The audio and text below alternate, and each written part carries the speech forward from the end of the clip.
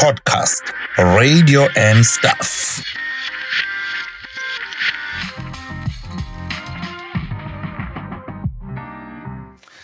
It's a wonderful day once again. Welcome to Podcast Radio and Stuff, where we talk everything radio. And of course, Ukona. This is South Africa's next biggest podcast. Oh yeah. Without a doubt, we know that's where we are going. That's our spot. Yes, South Africa's next biggest podcast, and we only bring big people to this podcast. We bring people who are interesting. You know, something very interesting about our guest Yana Mhlanje. Sometimes kulula introduce abanye abantu. For example, if we were to have the former president here, Ubabu Jacob Zuma, today we've got former President Jacob Zuma, a politician. If we were to bring Mzolinganisa Umuntu Up TV or Connie Ferguson, so we've got Connie Ferguson, a actor stroke producer. But today we are bringing someone.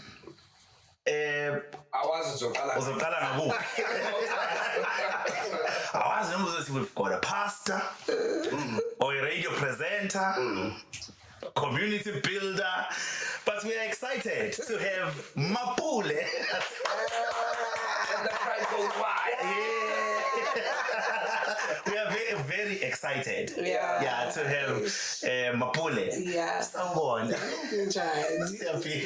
I'm excited to would see how to introduce Indlovukazi. Past, right?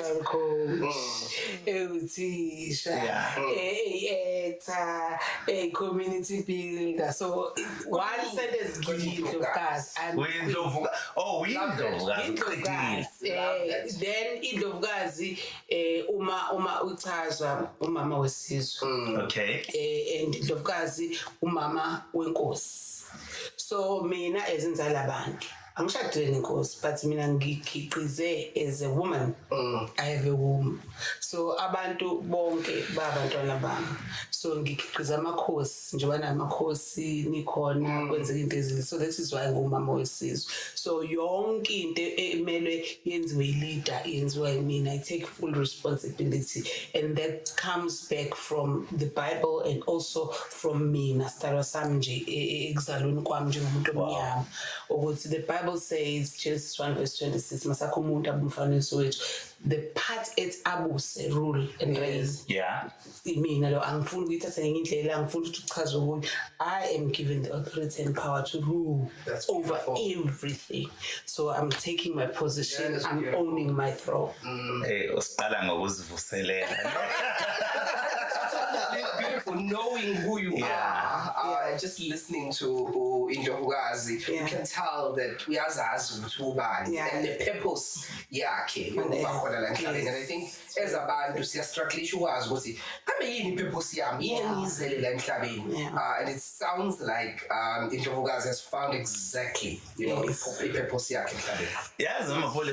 Speaking about purpose, I remember ngelinye ilanga ngibukela clip by Dr. Miles Monroe, right? Uthi Dr. Miles Monroe abantu la emhlabeni abaphila kamnandi, abantu abathola ipurpose yabo, right? Abantu abasebenzisa ipurpose yabo stroke italent labo empilweni. Uthi labo bantu they have fun and make money. Uzalinganise ke ngabadlali be-tennis. Athi think of the most famous tennis player. Uthi I'm going to play tennis and make money. You understand? Ucabanga soccer player. Uthi I'm going to play soccer and make money. Ucabanga about a famous musician. They go and sing and they make money. You understand? And now, when do you find the purpose? Okay. I mean, kukhona izinto okay mhlawumbe ukuthi ngizokudonsa kancane ngizama futhi ukushortnisha in terms of finding a purpose. One it's into if you understand usuhambe njengami uhamba amabandla amaningi hayi ngoba ngihamba ngikhonza but ngihamba ngoba ngiyovakasha kwesinye isikhathi kokunye yebo ngishintshile ukuthi okay ngishintshe lapha because of certain reasons. So it's into ngiphile nabantu abaningi futhi ngokwegazi njalo ngiyumntwana wakwaZulu so ngizobuye ngichaze lokho but ngifuna ukusho ukuthi the background yami inginikeza lento ukuthi okay now I have everything at my disposal but ngibona ngingayiki phambili ngibona yabo and I'm also a survivor of abuse so I'm like okay why am I here ukuthi ngizohlukunyezwa am I here ukuthi abantu bazokhuluma into abayithanda so uyibuza imibuzo exactly ukuthi why am I here so if ungakwazi ukuzibuza wena mina it was based on the things that were happening to me because ezinye zazo zingimnandi ezinye zazo zazimnandi but eziningi at that time zazingezinhle engangaka understand nokuthi why izenzeka kumina so the minute ngafunda nje or actually ngafunda angiyifundelanga nje but it was somebody saying ukuthi uJesu mangabe ebuzwa ukuthi abantu benze njani eBhayibhelini ngangisayishubaneke sokusindiswa sure yabo ngisaqala bangizele ngisaqala so ngangigrabha kwazi hayi manje ngizokuchaza awusasona manje no hey let's understand hayi manje ngeke phela ngibe worried dobe kumuntu mengabethi ngangivutha ukuthi hawu manje usubonile ngini reasons futhi ukuphola ekusindiswe ngoba kunomehluko khona izinto ovutha kuzona nezinto obonayo so at that particular time nganginale bithi ngisaqala ngisangena entweni zikaNkulunkulu ngifuna ukunderstand because kuthiwa kunokuthula njalo uthokoza njalo you know ukufika yena sivangelwa yakungasakhona amatende babusithole ngahamba amatende babusithole esangaya yabo esaphila esayang inyana so yonke le nto ngivangelekile now uma sengiqala understand khona uMatthew I think uMatthew 6 uma ufunda wonke uma bembuza ukuthi manje into yokusindisa ukuxhumana kanjani noNkulunkulu nani lento okhuluma ngayo babembuza ukuthi lento okhuluma ngayo kahle ukuthi understand kanjani ubani efanele sikhuleke kuyena masikhuleka now ibisithi lento and mina umuntu olalelayo ke notlalela ukuyiphilisa lalela ukudebate noma ukarguisha nokuthi lalela all the time ukuyiphilisa even negative so uthi the sentence anokhuleka nje ingabithemele nje abezizwe nani yabo ngene egumbini lakho bese ena you find yourself so manje bangabe ena ungene egumbini lakho ubuso uthi babothe ezulwini uthi our father wathi yabo like mina ka ngumuntu onegender ngene futhi umuntu onikeza uNkulunkulu igender kodwa at that time njengoba ngithi ngifuna ngilungiselela mina ukuthi ngiunderstand mangabe ngizwe into ikhulunywa noma ngiyifunda so it meant to me if ngampela you want ukuthi uthole purpose you want ukuthi ene ukhule uphile find wena like zithole ngene egumbini lakho not necessarily ikamera ke mangaba ikamera but awuyithole wena ibana lento free me time you know introspection thole iqiniso lakho like don't lie to yourself uyabo so it was that for me and I was enlightened to okay mangena la ngiyithole that's when I started searching ngibe neqiniso kumele ukuthi okay kule relationship engiyona njengoba ngithi nje kwenzeka nje ihlaleni usizalana yabo how njengoba laba abasekhaya benza kanjena bengihlumeza lo hlobo konje kuzoshintsha yini ngoba sebakwenza so ukuhlala kwami nakho isikhathi side kangaka kungenzeka yabo so I had to go through that ukuthi ngibe leqiniso kimina because kuthiwa ngene egumbini lami and then bese ngiyakhuluma so that's how I understood the spiritual thing and the spiritual part the spirituality and ngaqala ke manje okay ngabuka izinto ebengizenza entokozo empilweni ukuthi mina isikhathi esiningi abantu bayakhula ngami nje umuntu mina uba wasondelana nami I didn't understand this before but I was doing umuntu nje uyakwazi ukuthi ngibe stepping stone sakhe uthola ukuthi umuntu mina ngim-expose mina ngiveza even sikhuluma ngikhulumela ukuthi yena akavele than ukuthi kuvele mina most of the time futhi kwakungiphatha kabi ukuthi abantu enabangabuyi-back ukuthi hey yabo nje ucontributile ekutheni ngibe la ngikhona so ngangibona ukuthi sebebaningi namanje ngababala nabo bangayibala abantu abasizwa yini nakuba bavela izinto kuqaqeke nokubaxhumanisa nabantu bohambo labo ukuze bakwazi ukufinyelela la befuna ukufinyelela khona. So I can mention names nabo baye basho futhi abanalo ihloni lelo. But at that time ngingakangeni spirituality, it was at how why but I understood ukuthi okay, this is my purpose. Mina ngizonakekela umhlaba kaNkulunkulu ukuze abantu abasemhlabeni kaNkulunkulu bavele bagqame and ukuvela komuntu vela kwakho Ntokozo nawe ithi into uvela ubuNkulunkulu because uNkulunkulu ngeke avele phela uvela ngomuntu. So mangiveza uNkulunkulu then ngiphamisa udumo likaNkulunkulu ngithi buka uNkulunkulu yabo. That is beautiful. I really love what you just said. You know, we are probably 5 minutes into this interview and I just learned something. And it's close to what you're talking about because there's one question that I usually wrestle with a lot of times is what is success? And from what you just said now, it tells me that success goes with spirituality as well. You need to understand yourself as a human being. Yes. Because every time as human beings, we are working for our next. So there's always something better. Yes. So I'm thinking of myself, at some point, I wanted to have a car. I had a car, but I didn't say no, say go right. And then I said I want to have a wife. I got a wife. I'm like no, I'm go right. I want to have a house. I bought a house, but still you feel like no. My wife needs to have a car. My wife has a car, but no, there's always something. There's something that you say I want to achieve. Then what is success? How do you define success? How do you say I've achieved what I needed to achieve? Here's another example. When I was young, I wanted to be on radio. I've always wanted to be on radio. Everyone knows that. That's the only thing I've always wanted to do. Nothing. I didn't want to be a doctor, a lawyer, or anything of that sort. I wanted radio. And I got an opportunity in 2009 or 2008, started preparing, and then 2009 I was on radio. For me, I felt like I've achieved my dream. But for society, I have not achieved my dream because I was never at Gagasi FM or Ukozi FM or Ivuma FM. Or Metro FM. Yes, but I'm content when it comes to radio personally because I'm like, I can go to any community radio station and I know they'd love to have me. But right now, I just choose not to be on radio. But I've done it. But is that success? Is it how I feel or how the society feels about success? What is success? For me, it's about how you feel and how you are doing izinto zakho ukuze wena ube right.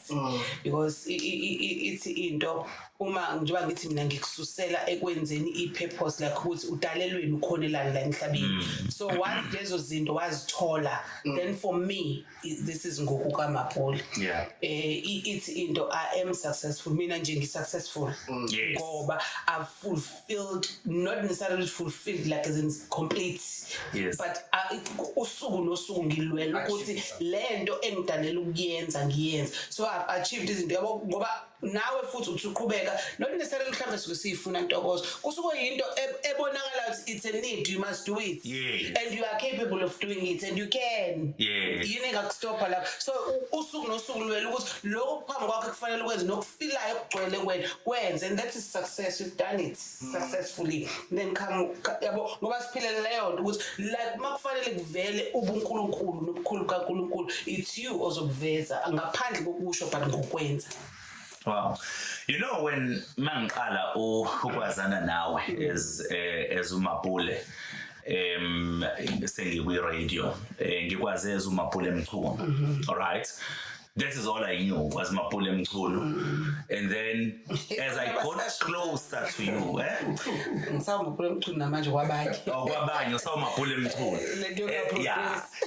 I got closer to you, I was wowed, mina personally. Mapule Mchunu. Which is very relevant for us, Mapule Mchunu, because you were married to a Mchunu, and a very famous Mchunu for that matter, not just any Mchunu. Noma ubani othanda radio, isikhathi esiningi akujwayelekile ukuthi menza i-reference angalithinta igama likaKansas City Mchunu. And you you spend some time with Kansas City Mchunu, and abanye bethu abamlalelanga, mina personally amimlalelanga because I was young ngesikhathi ngazi ama-clip ngazi ama-clip akhe yabo, because ama-clip akhe namanje sisawezwa baye bethi bembongela kwawumfana omuhle kunabo bonke abafana emhlabeni, you know. No, so now what I know about you, ngaleso sikhathi you were not lo Mapule esimaziyo. In what sense? Esimaziyo as a public, angithi understand. Njengamanje you are a person esimaziyo, a community builder, usebenzisana nomphakathi, you are part of the leadership of Inanda FM and so on. You understand? So usho ukuthi ngaleso sikhathi kwabune kwawumka Kansas Mchunu njengamanje uMapule and it ends there. But can you just share with us you know isikhathi spend with the famous radio presenter into kuze kushaya isikhathi sokuthi utransition ke manje uvela ubuwena as uMapule? Oh yeah. Okay, before I share ngoba ngempela mhlawumbe it's opportunity that I clarify this njengoba bengithenga umntwana ngokwegazi, mina ngizalwa Mazungu. Okay. Benokholase Manzini. Kholase umXhosa waseMatatiyela. Okay. So akabazange bashade, ngazange ngikhulise, so ngikhule ngithi ngibizwa ngoZungu. Ngizalelwe eGoli. Ngabuya ngaza eThekwini eMlazi la ekhaya lama elikhulu kaZungu, so ka-Mlazi. All right, so nice area of Mlazi. So awusuke ekhaya usuke la makhaya kuthiwa amakhaya right location. R is a very nice section of Mlazi, ne? Yeah. So ikhaya lagogo wami ke lapho kwa-R Mlazi eMarandini ko-1. Now uma ngikhule ngowakaZungu. Yes. Now umango wakaZungu ubaba engekho ngamazi for years, so now ngifuna ukuhamba ngifike kule ngoba ngifuna ukclarify le yakamchunu ukuthi ithe into mayenzeka ngendlela ekwenzeka ngayo. Ngicela ukucacisa ukuthi angisho ukuthi ngiyaregret lento engixoxayo, ngixoxa ngoba ngifuna kwazeke umlando unjengobunjalo. Mangabe ubaba Kansas wayeshade nodadewethu. Oh, okay. Washona udadewethu 91. 1991 ngangenza umatric. So ngabala 17.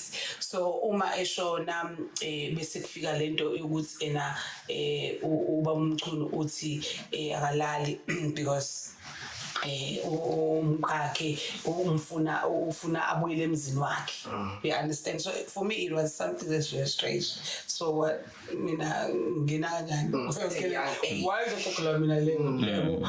So nakhona ke zanga yena eziyedwa wokusho sexoxiwe namalunga amomndeni abalekile, so yathulwa ke leyo nto kahle ngangayi understand at first, but because I loved my sister and I would do anything for my sister if kuthiwa kahleli kahle, and I'm the person lakhona uzokhuleka ngoba, and I'm the person who can do that, then I gladly do it. I said ngizofunda, and I think into ekumina ke vele ke mina ngoba even teaching ngangayithandi kodwa ngathi ngoba sengitholeliwe ngoba into yokuqala nje yenza umchunu ukuthi mangiqede esikoleni wangifunela isikole ngangakhlosile nokubuthisha empilweni yami. Yebo ngangisho ufuna ukuba yini? Ngangibona labo mabhano ngifuba ehostel. No me help. No balekile sisibuze ukuthi uthanda ukuba yini your first love.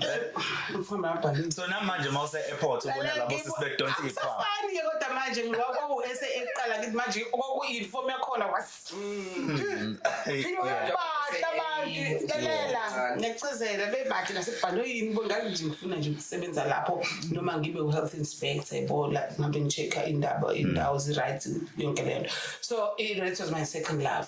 Ngangathathwa ke anyway wasengitholela ke isikole ubaba umchunu eMbokodo College. So message ene angiye kufundisa for me lento engizama ukuyichaza ukuthi I think ukumina ukuthi mase ngibekwe endaweni ngiyayazi angiyazi I have to make sure ukuthi ene ngishumaka nami ngiyafundisisa Yes. ngizoyenza perfect, and for that particular period bese ngiyayenza yabo. So it was that ukuthi ngingenwe kanjalo-ke ngangenwa ngaMchunu. Wanginikeza futhi i-chance ubaba uMchunu ngafunda e-college ngangihlala khona ngaphakathi eMbombolo. So he would fetch me mhlawumbe ngama-weekends nani. So the third year it was ukuthi sekufunakala indawo ukuthi manje ahlale sizinze uhlala lapho Mapule ubaba uMchunu yabo ngoba ekhaya uma wayesethole isite-ke la elindelana.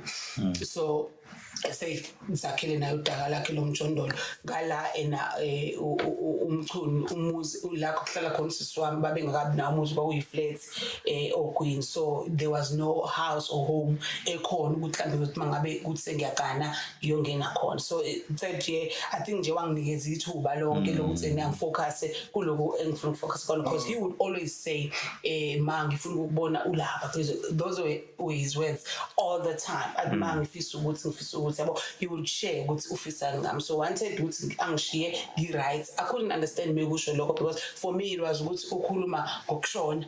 So I didn't want him to touch that subject because ngikangisanda kushona usisi wami. Now yena manje sengiyamjwayela, the next thing nayo sekhuluma ngokushona uyabo. Ngangafundisi ikhuluma kodwa those were his words. Even engibhala amakhadi Valentine efika no teddy bear, it was wahlekisa bona ukuthi uqubule kanjani teddy bear. How long ago was this?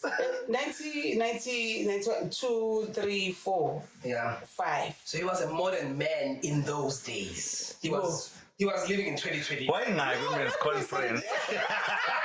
Why not women's conference? Yeah, Kansas, why not women's conference? Phela amadoda manje. Amadoda manje ngomhla 14 February suke ivalele women's conference. So abasakazi bamanje ngoba bayathanda ukusika iphethini. Kumele basika iphethini kwi-legend ukuthi uKansas wayingayi women's conference. I think he was gifted nje masingambiza ngomprofeti ngempela ngamsutha indlela nami sengibuka ngayo izinto.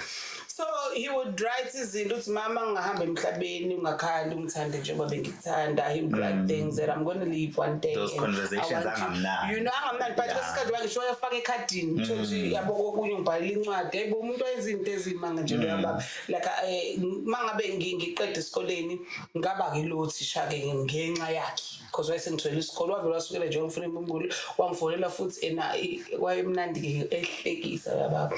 So lalela usuthathiwe thokoza namasakana nakho.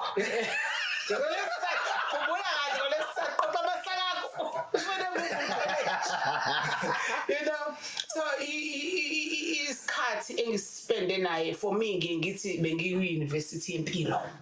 It happened so quick, everything yonke into ngavuleka amehlo ngafundiswa yabo angazi konke kwashesha nje for ukuthi umuntu makuthiwa ufuna indawo yokuhlala itholakala indawo yokuhlala, lo ndawo yokuhlala kufaka ifurniture fast, you know manje saqala you know kwabiyelwa kwashintshwa i-retaining wall yabo khokha kahle SABC even back then. Not really. Nobody could afford. Not really. At that time, but why tell namagig ayikhona amagig ngaleso sikhathi kwakukhona ukuthi mhlawumbe uyosebenza somewhere or benza ama-festivals and stuff like that, but it wasn't ukuthi akho SABC, because that was my issue as well.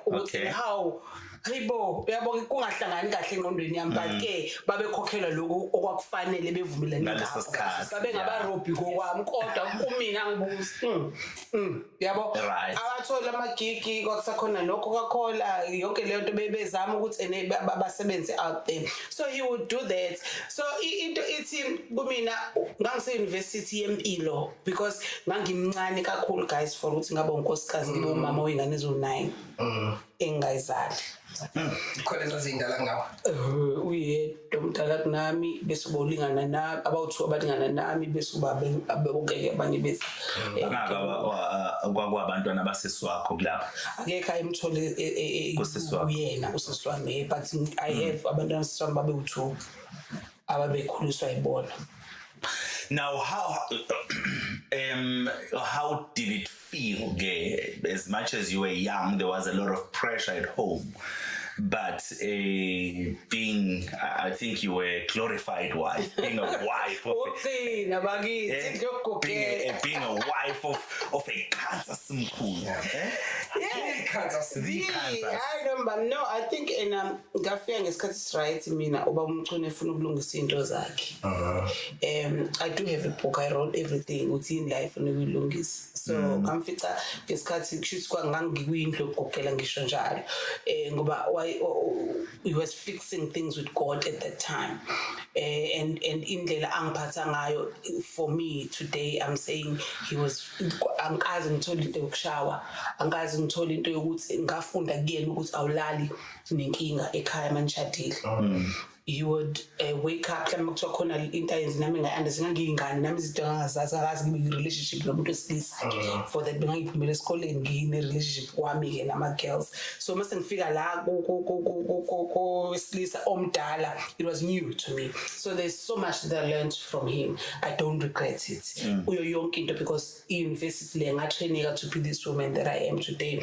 He would kwakuney'ngane ngithi omabazo nani nani. So leyo nto ayenza fairly. Ngabe ukuthi uyakuzona ingane, he would say I'm going. Kangabe into issue yokuthi mayifanele silokusibuzana ukuthi ukupha kabuyanga uthi why honest ngangiqala ubuntu wesilisa mina mhlawumbe vele ngoba ngiqala uba exposed to a man bakhona abantu besilisa yena aba honest. Leyo nto yangifundisa ukuthi uma uba honest ukhuluma iqiniso nomuntu oshade naye, even na before nomuntu oshade naye kuba easy izinto ukuthi I understand ukuthi I'm here for this here. Yabo iqala lapho into ebeboza okay sikhonelane kulo mshado. Yabo senzani? Yabo njoba naye kade ngiyibuza nje kuseni ukuthi ngifuna ukuyifaka leyo nto ukuthi thokhile kungihlupha kule nsuku ukuthi niyaxoxa yini webantu besifazane nabantu besilisa bebethi bafuna nizovusa umuzo onjani.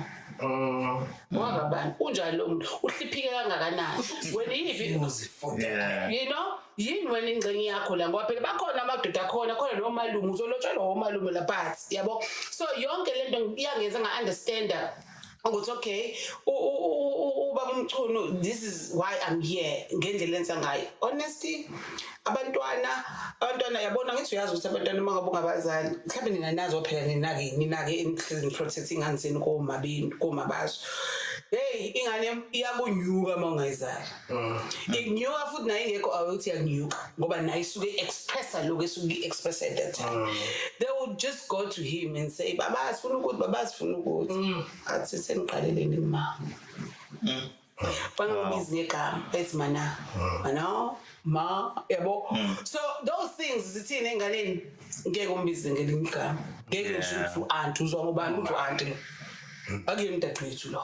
And why introduce leyo nto nalaba abaneyingane naye nga-introduce uyena kubona and wasisha izizathu ukuthi why am I leaving you, why am I doing this, because of 1 2 3 owawaziwa at that particular time and namanje usaziwa. So he corrected all the things okufanele correct at that particular time. So I was umam ekhaya, ingane were taught ukuthi eneziqala kumina before. Yabo nami sengiyazi ukuthi impela uma unomuntu kukhona amanye abantu kudingeka nonke nibe umndeni awukwazi ukuthi wena uzolokhu ulalela ingane wenze fanele ingane iqale kulo engamazi ukuze afile comfortable ukuthi uyingxenye bese iyabuya izokhulunywa ekamereni ubona kanjani uzokwenza kanjani bese lo uyena onepower ozenale ingane anikeze mina imali mina nemoto ngangilanda ingane siyothenga. We understand that involvement, it made me feel ukuthi kahle kahle uyangihlonipha hayi ndaba ukuthi uzonikeza ingane ngale nemali ngalena sekuyisicompare nje sithizeni.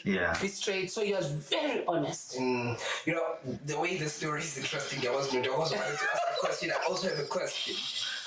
But before Muzo, I think Sis Mapule is a lesson, I think, for abantu besilisa ngaphandle kanye nabantu besifazane ngokunjalo because kuningi singakufuna because ingane to be honest ziyasiqhatha sabazali even if nizali ingane nobabili uyazi ukuthi for instance my daughter she knows ukuthi mangabe efuna into uzoza kumina because she's my daughter, you know. We're a good couple. So I know, bad couple. Most likely I will say yes. So kubalulekile ukuthi before ngithi yes ngithi usumbuzile uma wakho. So that is a very beautiful lesson. But you mentioned something ukhuluma ngekhadi ayawabhala ubaba Kansas ukuthi wayethi ungithanda njengoba ngikuthanda and umentionile ukuthi wayingenile kuthiwa bonke wayingenile ngoba yes wagcina umthanda. Yes. How does that happen? It happens because umthanda noma so umuntu uyafunda ukuthanda. Yabona nje guys ngokuka Mapule chapter 1 verse 1. Ayikho into first. Kuthiwa into lenisho love at first sight. Love at first sight. Okay. It's like at first sight. Okay. Like at first, baby. It's like and last. At first sight. At first sight, not love. All right. Because uthando into ekhulayo eyakhiwayo. Ubaba uyabona ukuthi bengimazi nje ukuthi umkhonyana dadewethu. Ngimhlonipha at that level. Yes. So now angikaze ngicabanga ngi-intimate naye. Angikaze ngiyibone futhi ke vele kwangena nento nami ngizwa nje ukuthi ngase ngibe intimate nomuntu wesilisa at that time. Yabo it was never even ngisho ukujolo umjolo ngangingenawo. Nomuntu wakwafisa ukuthi lapha azwane nami, it never came to that part at that particular time sakhe. So uma ngilentoza ngifunda lento ithi ngafunda indlela wanje uhlakaniphile. Now I also describe myself with me. I'm attracted to a person ola. Number 2, or honest. Yabo. So yonke lento yenza yangenza ngathamba. I understand yonke lento benzoyenza lana. Noma bengiyona into ebeyingxenye yemicabango yami nokuthi ngiyobona nginje. Yabo ngamthanda. Yabo. So now ukuze ukwazi ukuthi futhi umuntu uyamthanda ubona ngezinto lezi usuke enza things ezikwenza wena ukuthanda ngelanguage yakho ngendlela wena ofisa ukuthandwa ngayo. Shothi uthanda into yakhiwayo. Yakhiwa. Ngoba kuye kufike futhi la ke sengiloko ngikusho ngoba kuye kufike la uza ukuthi yazi njengamanje angikufuni wemuntu. Uyangidina kodwa ukade umthanda. Ngimthanda angithi yabona lento ayibona ngiyamthanda usebuildekile ukuthi ngiyamthanda yini yenza ngimthande ngoba lezi zinto azenza izinto mina ezingenza ngibe comfortable ezingihloniphayo ezingangidicilela phansi isithunzi sami uyangiprotect to some of things so that is deep for me. Angisho into yokukhishwa anakiwa amahotela ngikhuluma mina ngezimali because ama roses awasho ukuthi ngithanda ama roses you afford where ukudla kwase restaurant you afford. Mina ngikhuluma into deep for instance njengoba ngisho nje ukuthi when you plan umuntu wakhona awumbeki ekuthenini it's you ofanele washelwe wenzene ekhaya but umbona umphathi lokhuzo we community thizeni umbeka into enkulu ehlonishwa umhlaba wonke umuntu willing ukuthi umshare nomhlaba wonke that person uyamthanda because kusho kwawena content ngisho ngahamba mhlambe namadoda athizeni lapha you are content because you know ukuthi and I lemuntu mina spiritually and otherwise ngimenzile ukuthi abe confident enough ukuthi sengastand for a president sengastand for in so that was umchulu for me. Wow. Now very interesting earlier on uthe masixoxa uthe abantu abasondele eduze kwakho baba successful in their journeys different journeys abasuke bewahamba kule period wena oyispendile nomacingwana uma ngabe uassessa I know ukuthi vele uhlangane naye umsakazi odumile esemdala yes but khona la okwazi khona ukuthi uthi you did see ukuthi ke nayi presence kaMapule empilweni yakhe sivele Mapule empilweni yakhe yes in terms of yes wait yabo okay though ngangazange ngize ngikwazi ukuthola ngiconceive umntwana again but ukuba khona kwami empilweni yakhe with peace of mind because I was fresh ngisho I was new I was open to learning things so umuntu osemdala njani uyazi ukuthi bavela baphathwe ikhaya labantu besifazane baphathwe ikhanda lo mabengane baphathwe ikhwele mina ngiyazi ukuthi isikhwele mhlawumbe into enjani yabo because he would make me feel that I'm the person afuna ukuba naye manje yabo and yonke lento mabemthanda abantu mabeqhamuka yabo ushisweni lobuhlakana bonke yabo laba bazongijombela and abantu besifazane abeseqale ngibamba ngesandla bese sihamba yabo understand eskaleni ukuthi ngibakanti napho sebabone kudala ukuthi bazoza and vele abantu besifazane mostly angazi kabantu besilisa kungangabi na experience enkulu na but besifazane would just grab him mina ke sengihleshuliwe ususeceleni angibingelela nje ubingelela now babeze bangibingelela emisithe esengidonsile nje bangisho nje wayesefundele ukuthi angidonse bese kodwa nekubona ukuthi kwamadoda he is introducing me to them. Musalum ignore this is the person respects this person. You understand? Wow. In a very polite and good manner. So ngangimnika peace of mind and ezinye izinto I think enjoy ukungikhulisa nokungifundisa ngoba kwakuyinto vele ukuthi ukungena kwami kwangenelwa kona lokho ukuthi ulapha umdadewethu naye mhlambe shonile wayefisa ukungibona ngiyinto efundile wayefisa ukungibona ngiright empilweni so yena ukungena kwami kwaba yileyo ukuthi ngingenele ukuthi ngijabulise umkamo ongasekho so it was that but for leyo ibuza it was just a peace of mind and being there and probably he was hoping that ngizoba nomntwana wakhe yabo kuningi ayikufisa kodwa kungabe kusenze and I took care of him kahle wathi njengoba ngithi simbiza umprofeti wathi mina mama ngilayo ngiyocingiziswa wena yabo ungakhali ungicimezise nje futhi ngilala ngibe muhle naseboxini mase ngilele ngiyovula ihlo kancane yabo so and literally the day Eshon it was the 21st of November 1996 how old were you Ndabel? 6 yeah oh my word mina sengibhekana nezidumbu wena Yes, I was 10 years. Now, erumini kwakhona ubhuti wami. Yeah. No. Ngathi sikhathi bezombona. Ubhuti wami wayesehlala ekwami mina ngalesibhedlela esithi ngoba in a private ward so I had my bed and his bed so that day he moved from his bed to my bed now meseleli kuona and masefane khamba abantu primary medical aid so SABC was good I know with benefits medical aid he had lokho ke siyakusho angisikhuluma indaba yeSABC unani ngiyayibuza laba abamanje khona medical aid ngiyengela into yokuzo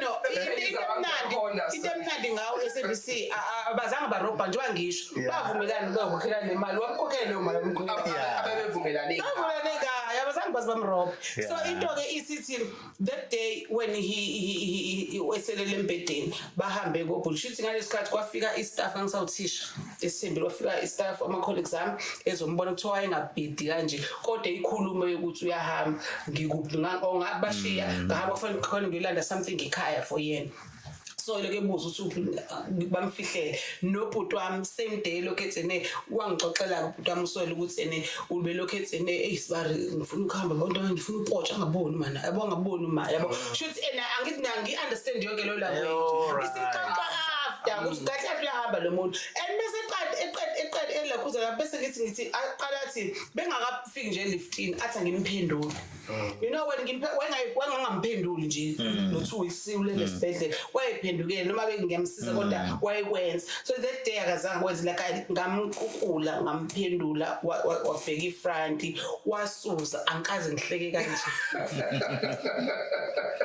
yebo umuntu athi hawu wenze njalo umsizela namhlanje so for me it's a joke ukuthi usenza le ntanti zakhe kanti khona and mangimbheka hawu wakhihleza manje umuntu kade sihleka manje yabona mina bengisazokuhleka ngibise kuphuma ngempela ezandleni zami and honestly emva lokho ke ngathi sekubizwa nesi ngoba yabo sengibone sengathi kwehla amagwebo ngibizwa nesi base beyangicela ukuthi angiphume usho bona bafike babona because of their experience so lento ngisho ukuthi ene umprofeti because washo lento uyenze kanje ngoba eyisho enendlela futhi ayifisa ngayo Mapule yazi so ngizomvala mina ngifuna siphume Kansas size kuwena first point just one question all right this is radio okay all right the legend all right with regards to Kansas actually I love the fact that you said this is radio because that's where I'm going What was your exposure to Kansas and radio?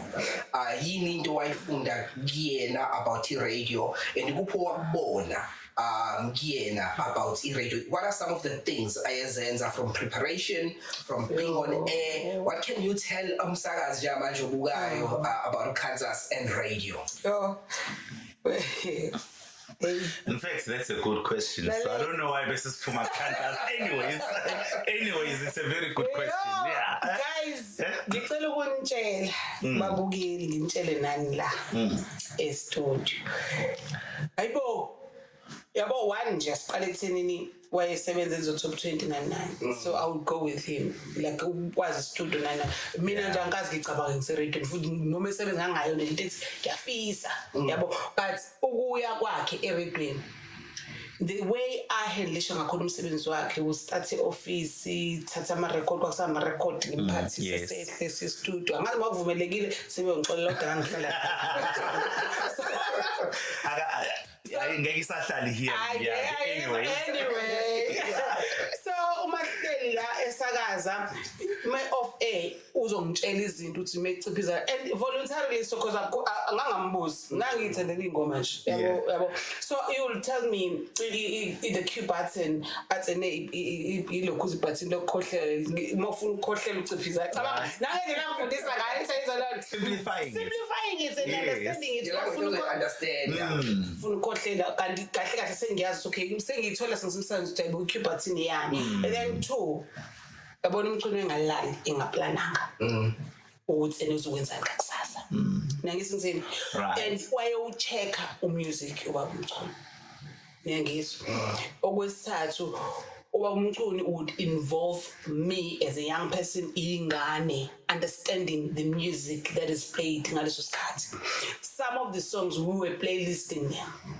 ngiyangisithi ngoba ufuna ukuba relevant konke umuntu ubaba umculo will sit with us uhlekwe ajoke sibhede sikhulume asibuze izinto indirect ngimuzwe ngoba eseseradio ukuthi okay ubenza lento ayenza be research kahle uyabona lona so indaba ye brand development nokwakha brand ngakufunda ngayo ngoba phela manje uKansas City like igama lendawo leyo lisuselwa somewhere emaculweni nasentweni yena ngoba wayikhuluma leyo nto nako ring yabo yonke leyo nto uyitholela emaculweni ngoba yayicheck bakune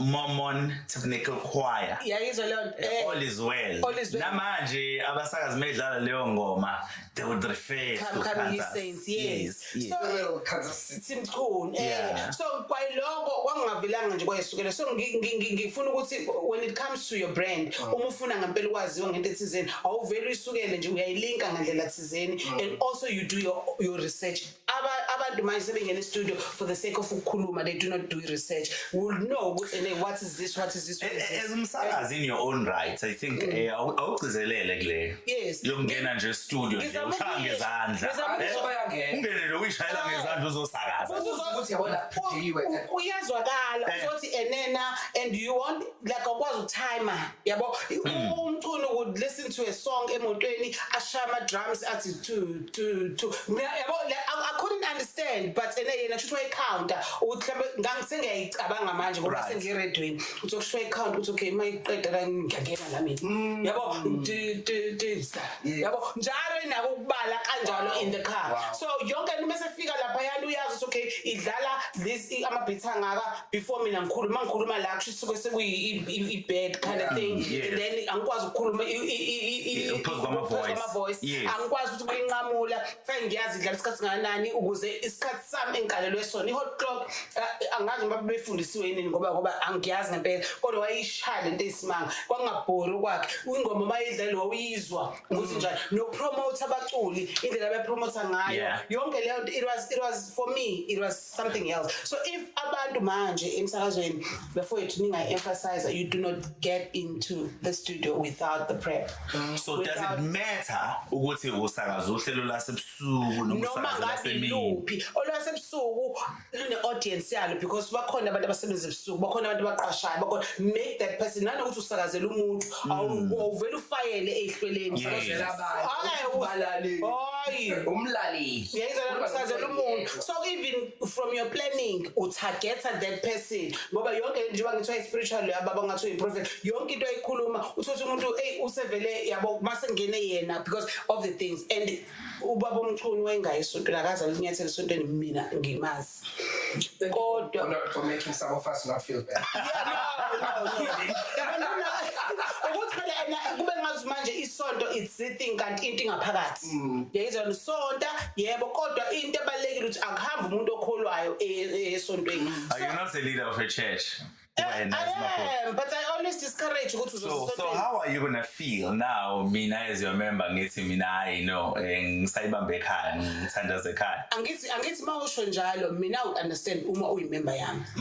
Ngoba ngiyazi ukuthi it's more of you coming more fed, spiritually filled ngaphakathi. Angidingi uze enkonzweni usayinto ezothi izobheka ukuthi ubani benzani. Yabo ngifuna mawuze enkonzweni uzolanda lawo mandla, uzolanda lento entsha bese uyayiphila emphakathini wakini. For instance mina angikwazi ukuthi ngingathula ngithi anizwani kini kodwa wena uzojabulisa mina la enkonzweni uzonikela la. Uze enkonzweni ngoba uyaxoxa nje.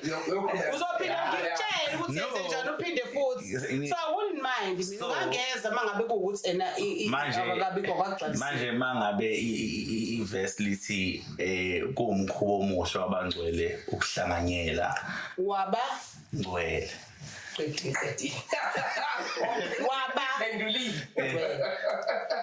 all right so ngoba sizokhuluma ilanguage eyodwa awuwona umkhubo omuhle okuhlangana sizohlebana ukuhlebana nokubanga ikhulu umuntu onjani ongcwele umuntu ophila ubungcwele like umuntu ohlambulukile umuntu owazi ukuthi noma ngenza iphutha fanele ngixolise umuntu owazi ukuthi kuyadlulisa umuntu owazi ukuthi angilali negqubu angikhulumi ngani ngomunye umuntu angimlimaza omunye umuntu. Okay so umuntu okhethe uJesu njengenkosi nomsindisi akangcwele. Cha. That does not mean I'm saying you're interviewer. Yeah. That does not mean ungcwele ukuthi uthe ngiyamjaya. All right. That doesn't make you ungcwele. Kwenza ukuthi ube ngcwele impilo oyiphilayo. I think that's what exactly. Njoba futhi nje nawe waqonywa wase umuntu umkakho waqoma akazange abomisa isinjamba. But kwaba when owenza ukuthiza ukuthi akwazi ukubomisa isinjamba. Okay, no, it's fine. I don't want to be the one who's being interviewed.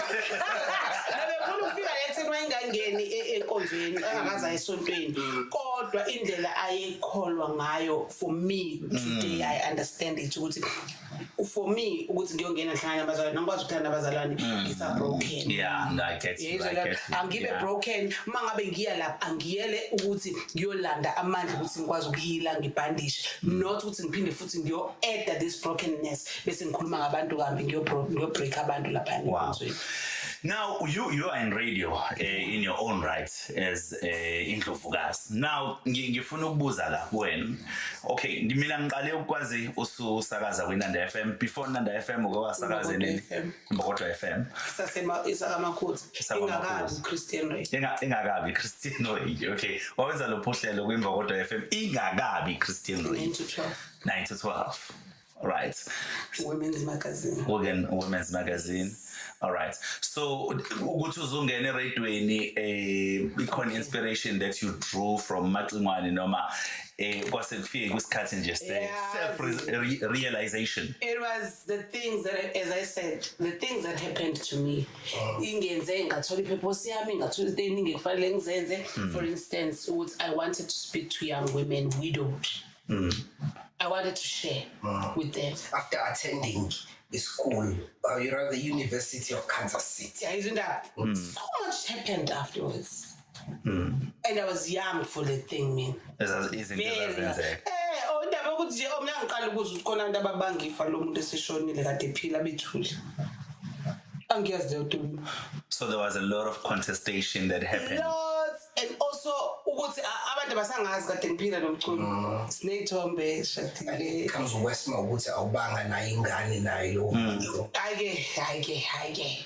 Ngithi yabo? Umuntu osifazane oshadile makufa indoda. Ihlale number one suspect. And kwenziwa ibona laba ekwahlala nabo phansi. But I'm doing this. I'm doing this for this reason. Yabo. So uyibona manje abazobanga. Sebekubona bazongenza. Kwayibona manje baye emaphepheni. Kwayibona mina ngangingayazi lento ukuthi khona into zakwami efanele ziye ngaphandle. Ziye emaphepheni. Khona nabanye abantu. Ngoba kangokuthi and at the time eshonile bona basuka baya emsebenzini instead of coming to me. Sikhuluma. Kuntombazana noma bangibiza ngani. yabo, so it was too much. I was too young for that. So into eyenzeka ukuthi ngingafuna ukukhuluma nalabo bantu abakwisimo into yakungenisa eradweni. Into yangenisa eradweni kanti ngizoba nenhlanhla angazi noma ngibhadi kwabayi noma inhlanhla uthi inhlanhla ngokuKamapuli chapter 1 verse 1 uthi ena ubhuti ungema ngizophuthi Sandile. Yes.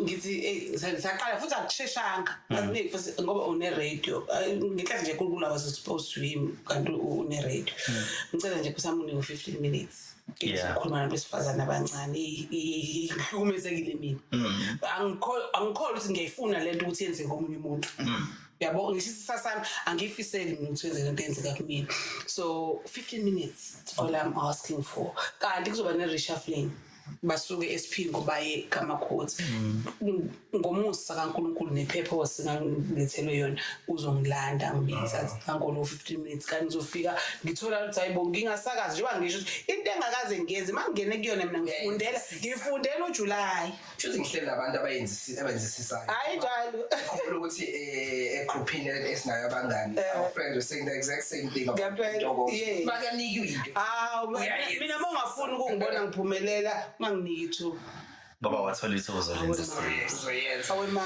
nganje ngethuba mina so just sorry before you ask that one just on what you were talking about now ukuthi wangena kwimbokodo ngenxa zomzimba osukela kubona what happened exactly if you don't mind sharing what exactly happened during that period and how was it resolved?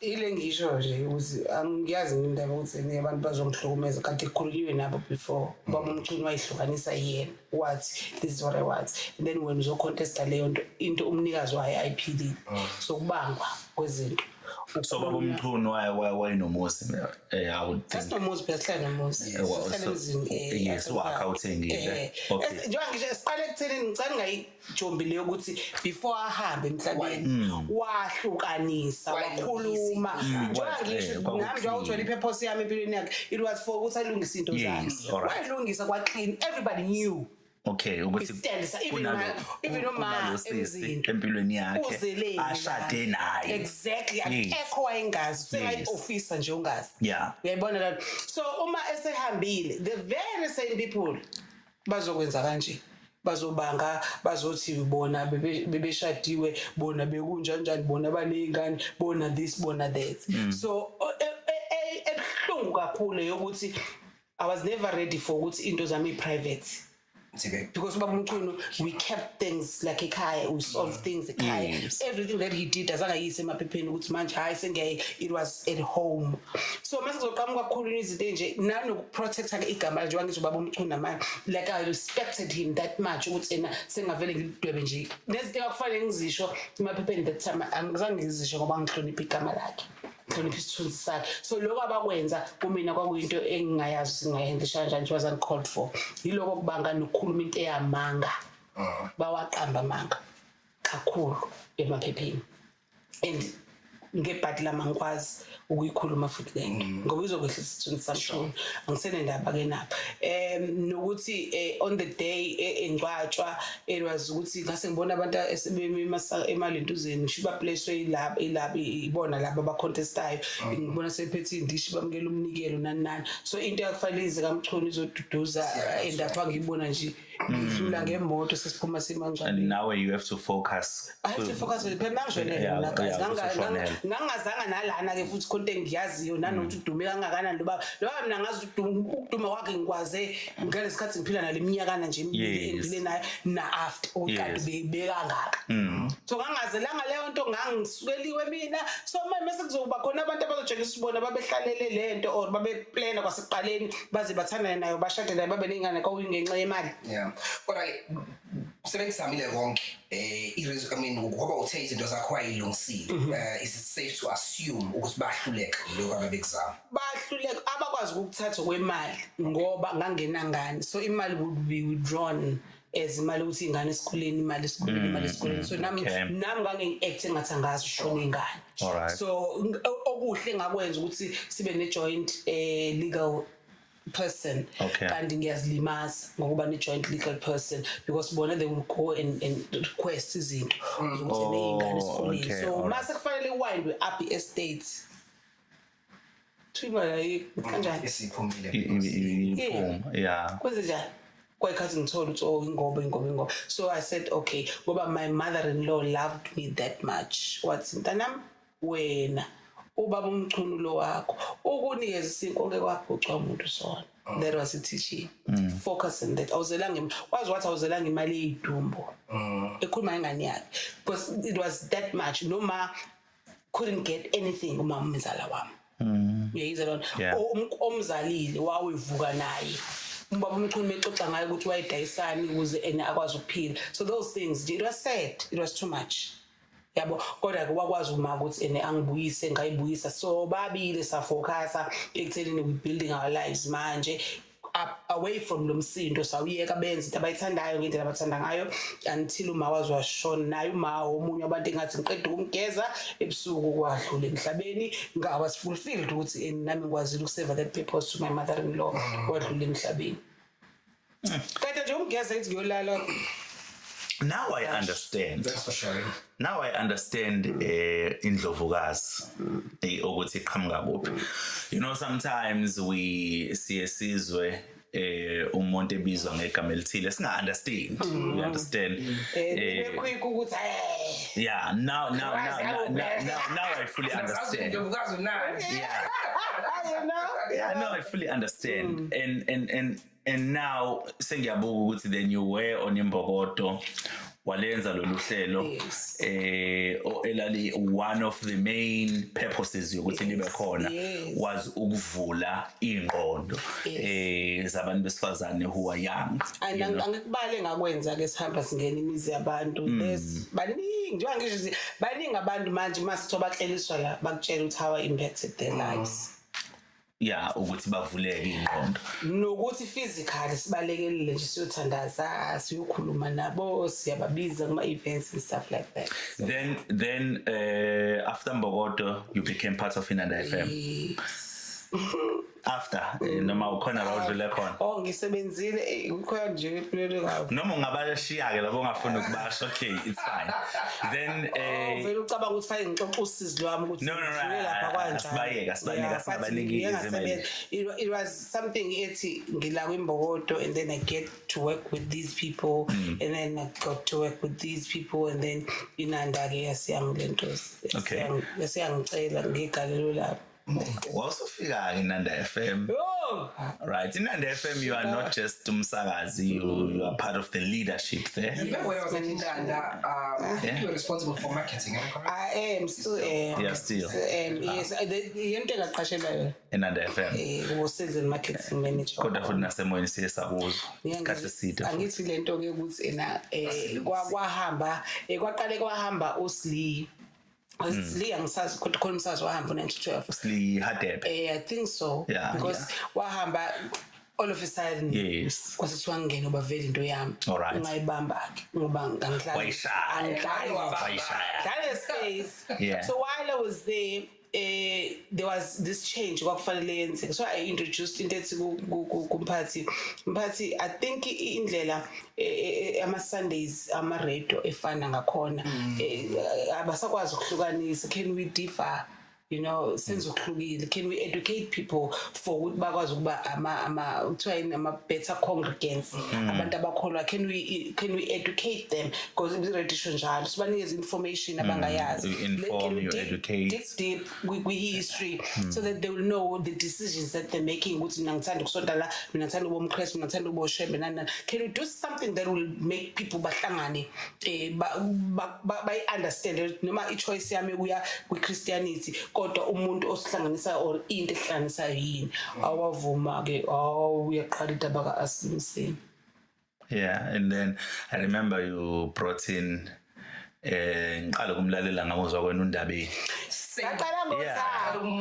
Ngaqala sasabe noThasi Milano. Othas Milano. Yeah. Yena oqala it was casual okwasithaka kwethu naye ngoba sizama ukuveza lezi zinto zokuthi hey ama relationships esinawo even abangani. I remember ijoke sasahleka ngahleka ukuyibamba ngisho studio ngasakazi ukukhuluma ukuthi hayibo ngangirecalla nami ukuthi uyayazi the task lungiseni ma elento ukuthi uzothi sifike nina mina nginemoto bese uyasonto bekusuke nawe intokozo bese kuthiwa yasambeni nivume bese mangabe sekufanele mina fanele ngicontribute kwi-drink ezophuza that day mina fanele ngicontribute kwi-snack bese kubile ngicontribute ne-petrol uthi yazi indaba yokufika egarage uthi uyathi nangu uphumile nangu ubani uphumile uyochama omunye aqhamuka mase aqhamuka nephansi encane lamanje lapho linethu for petrol wet bathwele abantu yonke into nokudla konke kuyacontribute asilungiseni madoda asilungiseni sihambe ngendlela sicabangelana so it was that and then when sesikhuluma kwasingena babundaba enhle actually I started with babundaba enhle because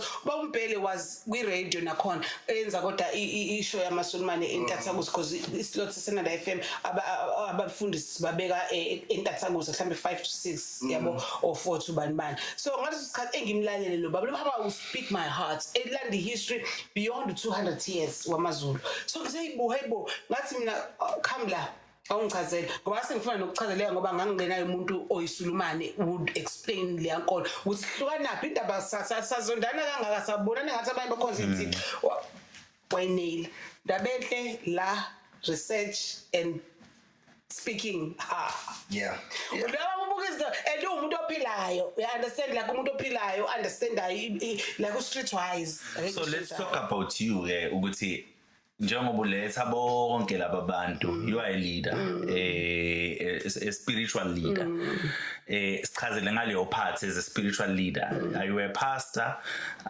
sitshele wena kungasho uthini ukuthi wena we spiritual leader a pastor of a Christian church isitshele ukuthi mina ngubani yeah okay I'm a spiritual being who became a spiritual coach. Spiritual being who became a spiritual coach. Ngokusebenza kwami ngisebenzela uNkulunkulu. I decided to coach, but understanding myself as a spiritual being. Before a choice yokuthi I love Christianity. It was that for me because remember I said ngahlala nami ngane iqiniso. Right. So I love music, I love gospel music, I love I'm a creative mhlamba siqale nalapho futhi I'm a creative angikwazi ukuyibiza ukuthi ngi-act noma ngini because mina anything edlula la mina it has to become something else ehlukile ngiladiyon. So uma ngiyathanda umculo ngiyathanda indlela ekwenzeka kanje mososontweni yabo tutu badansa bethintinthi so ngifascinate nendlela abakhuluma ngayo but I could see ukuthi it lacks into ethi lento ye-Christianity it lacks into ethi wena Mapule yabo it was more of ukuthi umfundisi utheni it was more of ukuthi esontweni kuthiwe dingalana I would also see abanye abantu abadala they would pay inamathikiti for ukuthi mangingcwatshe so it was merely for ukuthi akwenzeke into ethize for me mangila abanye for babukwe the way they dress up the way they do things in church so yonke leyo nto ngangiyibuka ngibona ukuthi yinhle shem kodwa bese kusala lento ukuthi spiritually si empty yabo abantu ba broken but mangiyesontweni angibe healed okay ngiyalithola iverse ngihileke ngaleso sikhathi futhi ngihileke ngiunderstand ukuthi khona ama verse anje eBhayibhelini but mase ngisekhaya angisahileki completely because sengiphutshwe yiloya ovele wakume ngibuka nje wabona ukuthi mina ngifanelekile ukuba la angifanele ukukhonza because they discriminating the things that they are saying yabo so that is why before konke lokho uma ngingena ayingathi la ngiyathanda la kodwa manje akuhlaleki ngenxa le discrimination okwesibili ayingeke angikwazi ukuhlala nabantu abangathanda ukufunda bazodla kolwazi bangena la nakhona lokho ukuthi ngisayihlambi laba ngoba kucishe kube ngazo sicishe sifane yabo ucishe kube nelentozi the two was ordained yabo ukuthi ngathi sikhuluma language fanayo sonke yabo ngathi silento ukuthi langazela uNkulunkulu. So where were you ordained? Victory Ministries Church. So kwaphileka kwahlaleka but uma sisiqhubeka kuphileka ayibona baba maKristu phela hawu nazi ngishayabo ayibo ngafike ngishaya ngaphandle ezweni phela ngishaya ngaphakathi ayibona ezingishaya kanti yini uKristu So I decided ngeke ngicishe phela nga-ordain because no one ordain awayifulfill into kaNkulunkulu ayibona. So it's never about the church per se, but it's about what I can do and what I'm capable of doing. So that's as in ngicela nje kuba spiritual being, ngicela ukulungisa abantu balungiselele inkonzo zabo, ngicela ukukhuluma nomphefumulo womuntu ukuze umuntu mangabe inkonzo noma yipha. So you are now just a spiritual being. Yes. So you are not aligned to a church right now. Yes. Okay. You can see me in any, as long as kunabantu bakaNkulunkulu and kunenhlo mina efanele ngiyideliver bona I go there. Angibheki ukuthi banhlubuni, angibheki ukuthi mangabe uvuka ekseni kuye esontweni, where do you go? I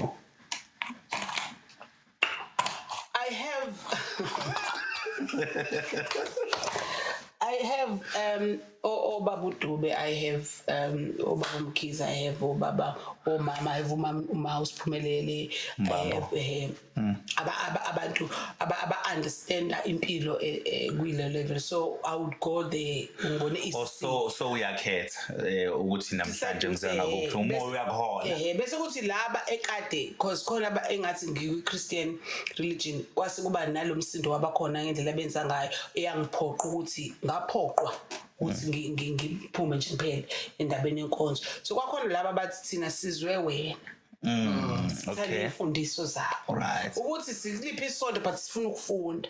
I have that group and we meet once a month. All right. Gathering nje spiritual growth, ngiyibiza spiritual growth session, so we do have that. So mangabe kanjani ngihlale kwi phone yami ngibathumelele ngenza ama video ngifake Facebook nana because I'm reaching everybody. I'm not for a specific, I'm for the world. I'm not for a specific church. I am for the world. That's beautiful. Yeah, for the world. Yes. So usually people would define themselves. Define abon. Umuntu uzothi I'm a Muslim, omunye athi I'm a Christian, omunye athi I'm a Hindu, omunye athi I'm Tamil, omunye athi I'm a Buddhist, njalo njalo. When was described as a what? I'm a spiritual being. You're a spiritual being. Yes, through the Asilungiseni show, because I got to understand ukuthi igama ethi Muslim lisho uthini. Lithi Islam ithi imithetho kaMdali. Okay. Muslim othobela imithetho kaMdali. Okay. It's the language that you didn't understand. But right. Allah, they're talking about your God. Yes. They're talking about uNkulunkulu mvelengane. All right. So for me, why would I ngoba ngiyileyo nto laba yiyona ukuthi hluka language. Just the terminology. Christianity, exactly. Christianity, a Christ ogcotshiweyo. kaNkulunkulu. Ngiyabo a Christian should nakhona it's with the movement or the religion or whatever lokuseni ukuthi niyilu. Fana ukuthi uNazareth. Angithi ngaze eBhayibhelini uyachazwa umNaziri ukuthi umuntu onjani. Bese ngithi sakanini ukuthi am I correct? Umnazirini onjani? Osebenzela nje uNkulunkulu futhi it's for a certain period ngoba kuba ukuthi uthi ngima ngenza umsebenzi kaNkulunkulu angigundi angenzi ini I'm focusing on this and I'm clean and the only thing engilandelayo umdali yabo. So bese kuba abantu ke nje basikhula ke kuhamba neminyaka bese bebona bekwenza kube inkolo bagcine leyo nto eyenziwa umna nawo umnaziri nje mangoba uthi you choose on that particular period this is what I'm doing. I'm working for God. Yabo I'm a servant and then siyakubiza ngomnaziri. So ngiye ngadiscover zonke lezi zinto abathi abantu bayizona ngokwelanguage yabo ngiyona mina. Yeah, unesibindi nje Mapule esingichazayo. I didn't mean I wonder. To be honest with you, what I love about Sis Mapule is she's authentic. Yeah. And she's herself. She's real. Abanye abantu they want to be politically correct. Yeah. Ukuthi kuzokwamkelwa umphakathi mangabe ngikanje. But she's who she is and unapologetic. So ngokuthi ungubani yes, that is beautiful. It's beautiful to know yourself. And I think we will have to have a part 2 Ndogozo. Yeah. Because I know our prep is very long. But we are approaching the end of our interview, so we definitely have to have a part 2. I know you've got a book. A book or a white banner. Ibizwa ngani incwadi yakho, and what is it about? And mundu mangabe ifuna kuyithola kanjani? She's Tunzi ngemuva. She's Yeah, yini igama layo ngesingisi. Yes. Yeah. Askis. Usho isibindi sakho. Kanti uthi ngosibindi ngani? Utobe we unpack kamnandi. So, I understood you. Yeah, you understood. We unpack Okay, I leaving the shadows behind. Abantu bebazomuka Kansas, as you said. You started nje incwadi yami. Then also yobhala incwadi. Bebazomuka Kansas bengamazi Mapule. Yes. Kamazungu noKholas. Bengamazi Mapule obehlalile Indelane. Bengamazi Mapule odlalile, bengamazi Mapule before ashade noKansas. Bengamazi ukuthi mina I was involved with abantu besifazane before ngishade. So this is why I'm saying it was new. And at that time I didn't know ukuthi kanti ngikona. Ngangitshela ukuthi hayi mhlawumbe ngoba sesikoleni. But the feeling, it's something that I can't really explain. So uma ngihamba ngichaza leyo nto ukuthi what happened, yabo angibanga ukuthi ngishintshile. It was me before, just that you didn't know. It away. I wasn't even aware. But ngokhula sengiyabona okay. And then into futhi leyo ukuthi ukushada kwami noMchunu, because there was this thing ukuthi how yabona umsindo wabakhona uthathele indoda yakhe kanjani. So I'm trying to explain that because uma ungezozwa ngami angazufuna ukuzwa ngobani, because there's so much into abantu abayishoyo ngami mina kodwa bengangibuzanga. So I was clarifying all of those things. This is me. So mawuhlule ukufunda incwadi ke, then it means kusho ukuthi wena uhlule umuntu nje uzodestroy abantu emhlabeni. Ngiyachaza my relationship with the wife that I have manje, and also how it came about and how it changed my life. And I'm also talking about the queenship, the Indlovukazi that I am, and also with radio, and also with everything else that I initiated and created ngezandla zami, because I am a creator, honestly. Ngiyasukumisa nje into engekho ngilolu hlobo nje lomuntu lokuthi naleli tafula sengibonile ukuthi ukuze yabo fanele ngenze njani ukuze libukeke ngathi akulona leli mina, yabo. So nginjalo, and the way engibuka ngayo izinto njengoba kade ngisho ngisuke ngibukela ukukhula kwami not ukugxeka.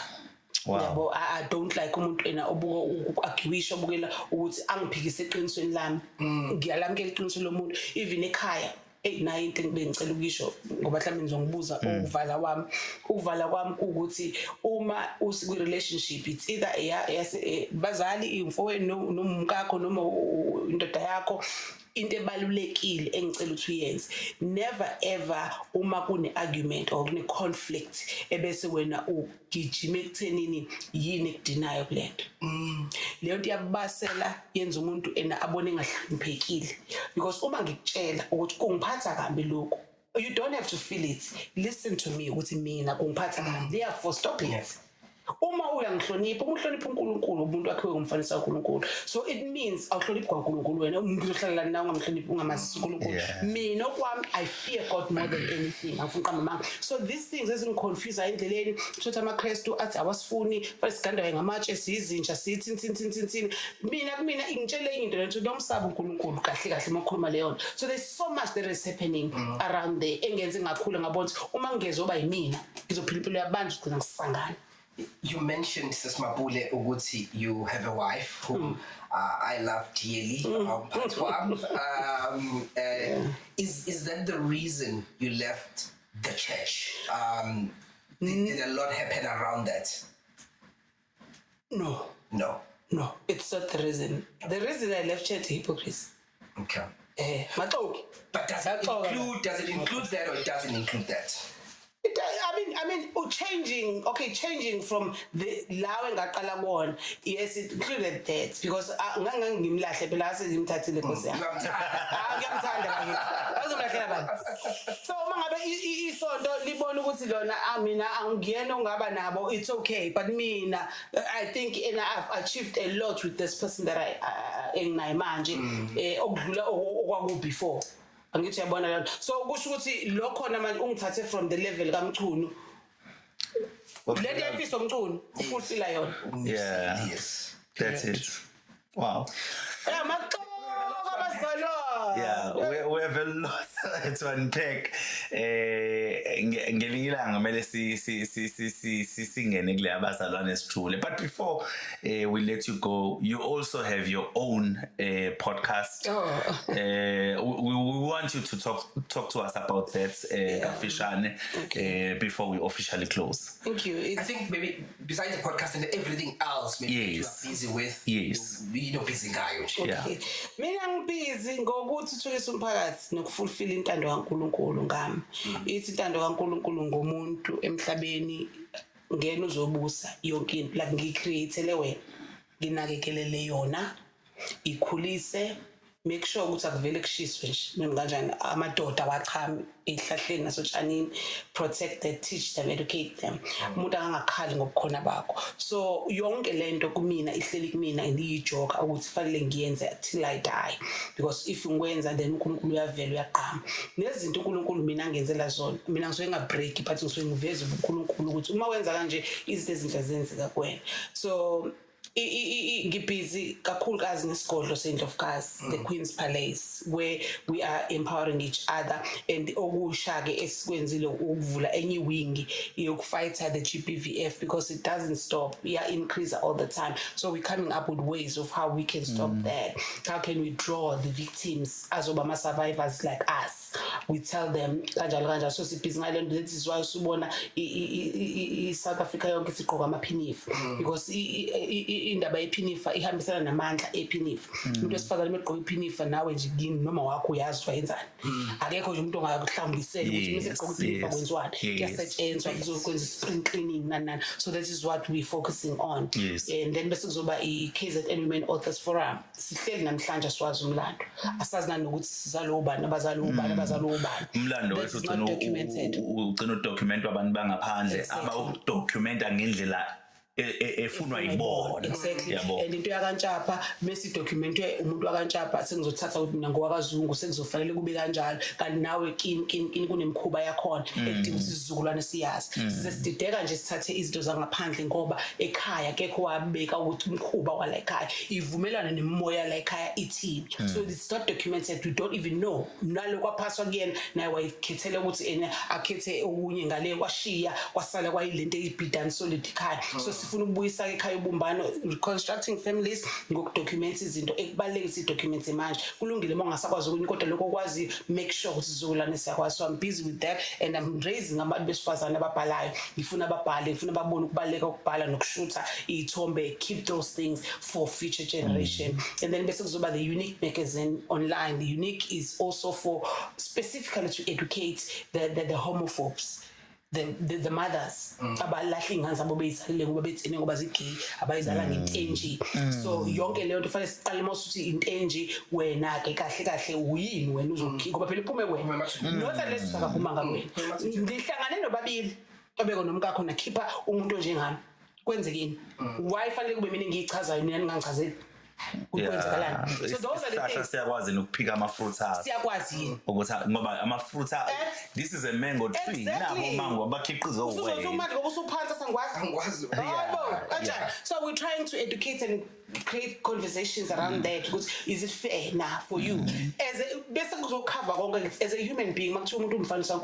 Is it fair what you're saying as a Christian? So those things we educate them. We have that magazine online we're busy with, and we've been supported by other departments. So in danger any business zonke lezo angifuni ukubala okuningi. This podcast, I am Indlovukazi Mapule 1306. That's my date of birth, 13 June. TV. So usearch kanjalo ku YouTube. I am 1306 TV. Okay. So ikhandeke ilezi zinto zonke ngoba manje ubonakala omunye umuntu mengibuka ngihlezi athi wenza kanjani into kanjani ngithi akukuningi kodwa angithi uyabona konke kuhlangana kanjani. Buka nje manje ukuthi we have ababhali i-content sithatha komama ngoba omama ibona baneyitori ngithi yabo bese siya document and then omama bazalele ingane lezi zigay, then it's one of the conversations. So it's one of the same thing. Bese kuzongena mina ukuthi ngi-actor yonke lento eniyenzayo drama eniyenzayo. I'm telling your stories. Yabo, so akuhlukani into eyodwa. It just that ngizama ukufaka into one basket so that sizokwazi ukunderstandeka nokwazi futhi ukuthi abantu bangenza kanjani bayisize. Yabo, mina futhi angimdingi umuntu esifazane oyivila okhamisa ngithela, angihlangani naye. Wesilisa yena Angivele ngithi umuntu. Yeah, I love it. Masisho kanjalo. Ngithi umuntu ngoba phela I have obhuti bamhlesi bangaleyo nolutana hlesi bangaleyo ukuthi guys you cannot become something. Be creative, come with what you have. Yabona into njengoba nini namakhamera nibahle kanje nenze nje. Lamakhamera elilanga ngizonicela. Guys asambeni ngiya entweni sizini ozani zongishoot. Just create content, I'll pay you for that. Yeah. There's something that I'm doing there. Come in. Yeah, but there's something that I need to go khona abantu abazo-interviewa la mina ngoba ngu-producer walento wozani ngizoba interview yabo sesiyasebenzisana your company your podcast or whatever else that you have we put it into one pot yabo wonderful as people ngiyakwazi ukubamba ikhamera ngikhulume produce yeah well talking to Mapule into engiyaziyo there's so much we can still talk about but thank you so much for taking time and being with us namhlanje siyabonga. We really appreciate you. I think we appreciate you coming. This is definitely not the end. We gonna ask for you to come back. And also now in office ubuya nje at any given time you give us a call. Ngiyayithanda part 2 futhi ngiyayithanda into implementa engabo service sikhuluma kakhulu yabo nje manje mase kuthiwa simfuna ukubuyisa isizwe ukuhlangana kwethu kanje. Let's discuss. Let's be robust. Let's just not shy away from the truth. Yeah. Lovely. We love you. Thank you so much. Thank you so much to our camera crew, podcast, radio and stuff. Siyabonga kakhulu for today's episode. Thank you.